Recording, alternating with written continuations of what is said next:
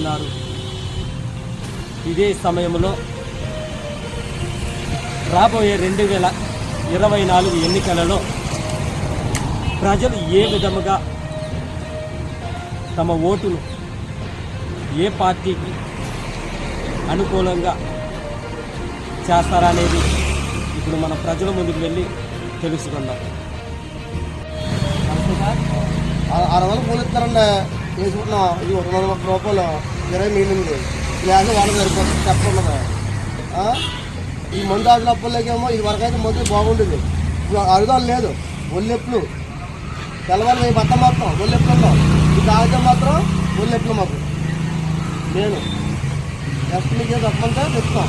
ఈ రాష్ట్రంలో 2024లో మళ్ళీ సీఎం ఎవరైతే బాగుంటుంది? చంద్రబాబు బాగుంటుందండి.